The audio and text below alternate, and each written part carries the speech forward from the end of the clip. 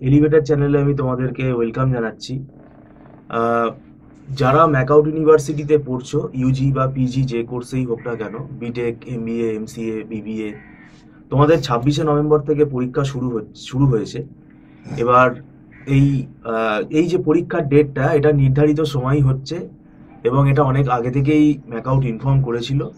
26শে November থেকে আমাদের পরীক্ষা যে শুরু হচ্ছে, এই পরীক্ষা শুরু হওয়া নিয়ে অনেকের মধ্যে একটা দ্বিধা তৈরি হয়েছিল, এবং এই অডসেম, এই ইন্টারমিডিয়েট অডসেমের পরীক্ষার জন্য প্রিপারেশন কার কতটা হয়েছে সেটা নিয়েও আমরা আলোচনা করব। এবং আমাদের মধ্যে উপস্থিত আছেন মিস্টার সৌভিক দত্ত, আপনাকে ওয়েলকাম জানাচ্ছি। নমস্কার। এই যে পরীক্ষাটা একদম নির্ধারিত সময় হচ্ছে, এবং এমন এমন আমাদের কাছে ফোন এসছে, পরীক্ষা 7 দিন আগেও ফোন এসছে যে স্যার পড়াবেন, মানে অদ্ভুত ফোন। তা আপনার কি মনে হয় খেলা শুরু হয়ে গেল? একদম ঠিক বলেছেন। এখন সত্যিকারের খেলাটা শুরু হলো, এবং সব থেকে বড় কথা, এটা অনেকটা টেস্টের মতো। মানে সেই ব্যাটিং করে যেতে হবে লং রানে। এবার কে কার কতটা ডিফেন্স মানে স্ট্রং, সে তত ভালো সুন্দর টেস্টের মতো এখানে খেলা খেলতে পারবে, ব্যাটিং করতে পারবে। আর যার ডিফেন্স স্ট্রং হবে না, সে নয় বোল্ড, নয় কট, নয় এলবিডাব্লিউ, কিছু একটা হবে, কেউ রান আউট হবে। তো এটা খুব জানা কথা, যার পড়াশোনা খুব স্ট্রং আছে, যে প্রথম থেকে পড়েছে, তার এয়ার ডিফেন্স সিস্টেম খুব স্ট্রং। সে আমাদের ভারতীয় এর S-400 মতো। কিন্তু যারা পড়াশোনা করেনি, তাদের দেখবেন এয়ার ডিফেন্স সিস্টেম অনেকটা সেই পাকিস্তানের মতো, মানে কিছুই আটকাতে পারে না আপনার মিলাস্টিক মিসাইল। তো এরকমই ব্যাপার। তো পরীক্ষার ব্যাপারটাও তাই। এবং পরীক্ষায় এখন ম্যাকআউট কোশ্চেন করবে, মানে যদি উদাহরণ দিয়ে একটা বল করবে, সুইং, ইন সুইঙ্গার, হ্যাঁ, তারপর আপনার spin, leg break, off break, অনেক কিছুই হবে। কিন্তু যার ইয়ে বললাম যে যার প্রিপারেশন ঠিক, যে প্রথম থেকে পড়েছে, সে ঠিক যতই হোক সে ডিফেন্স করে সামলে দেবে। আর যারা এখন ওই বললে, আপনি যে কথাটা এক্ষুনি বললেন যে 7 দিন, 10 দিন, 12 দিন আগে আমাকে ফোন করছে, আপনাকে ফোন করছে, তো এইরকম স্টুডেন্টের চান্স হচ্ছে ক্লিন বোল্ড হওয়ার। দেখলেন হয়তো ফার্স্ট বলই ডাক করে চলে গেল।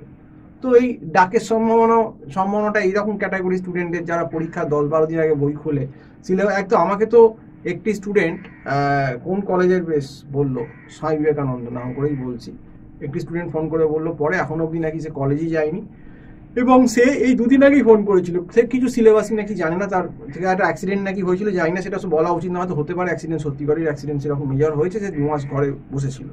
কিন্তু এই ইউনিভার্সিটি তো সে কথা শুনবে না।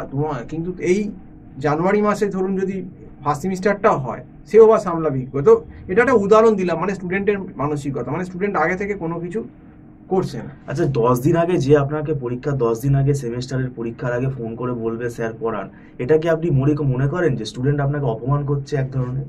অপমান না, বেসিক্যালি এরা হচ্ছে পড়বে না। মানে যখন থেকে সে জানে যে এটা পসিবল না, কিন্তু সে আপনাকে টিজ করছে। একটা টিজ করে ভাবছে যে যদি ছোট করে একটা সাজেশন বা কোনো কিছু এনার থেকে কম পয়সায় বার করে নিয়ে যদি কোনোভাবে পাস করা যেতে পারে।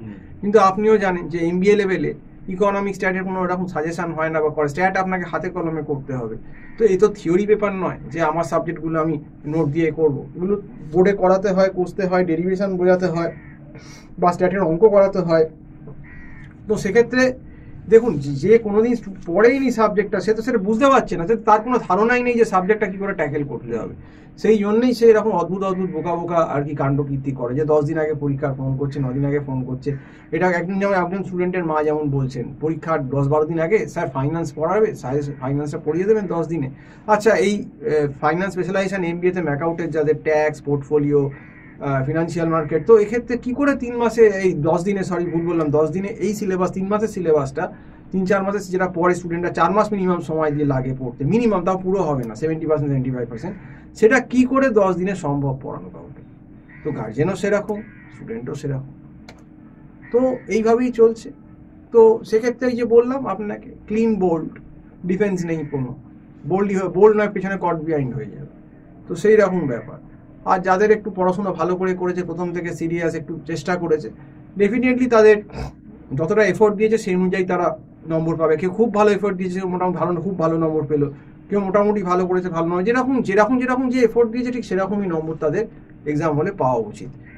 এবং আপনাকে একটা কথা জিজ্ঞেস করছি, এই যে অডসেমের এক্সামটা শেষ হবে, সামনেই আমাদের মানে ক্রিসমাস, 1 জানুয়ারি, তা এবার আপনি কি মনে করছেন এই অড সেমিস্টারের পরীক্ষা দিয়ে এরা আবার সময় নষ্ট করবে?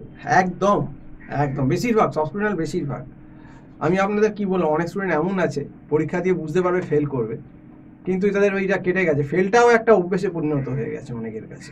সব স্টুডেন্টকে বলছি মানে না, এখন ইভেন্ট সেম নিয়ে ভাবনার চিন্তার সময় নেই এখন। না, এখন ক্রিসমাসে মাতবে, এখন ফেলটা একটা কমন ব্যাপার, এটা is not a big deal for the কিছু স্টুডেন্টের কাছে, এটা কোনো বড় ব্যাপার না, বরঞ্চ জানবেন এটা একটা status symbol one of the. দেখো আমি একটা দুটোতে সাপ্লি খেয়েছি, তো এটা অনেকে, সব স্টুডেন্ট বলছি না, আবারও বলছি, কিন্তু কিছু স্টুডেন্টের কাছে এটা স্ট্যাটাস সিম্বল আছে বই কি, এখন তাদের চৈতন্য নেই। তো যাই হোক, এখন সেটা তাদের ব্যক্তিগত ব্যাপার, আমাদের কিছু বলার নেই। কিন্তু যেহেতু আমরা শিক্ষকের আসনে বসে আছি, আমরা চাই না যে কোনো স্টুডেন্ট সাপ্লি পাক বা ফেল করুক, সেই জন্যই বারবার ভিডিও করা, এবং ভিডিও করে একটু কটু কথা হয়তো শুনলে লোকের মনে হয় শুনতে, কিন্তু যাতে যদি স্টুডেন্টের একটু হুঁশ মান ফেরে, সেটাই আমাদের বরাবর এলিভেটর এডুকেশন চেষ্টা করে যাচ্ছে।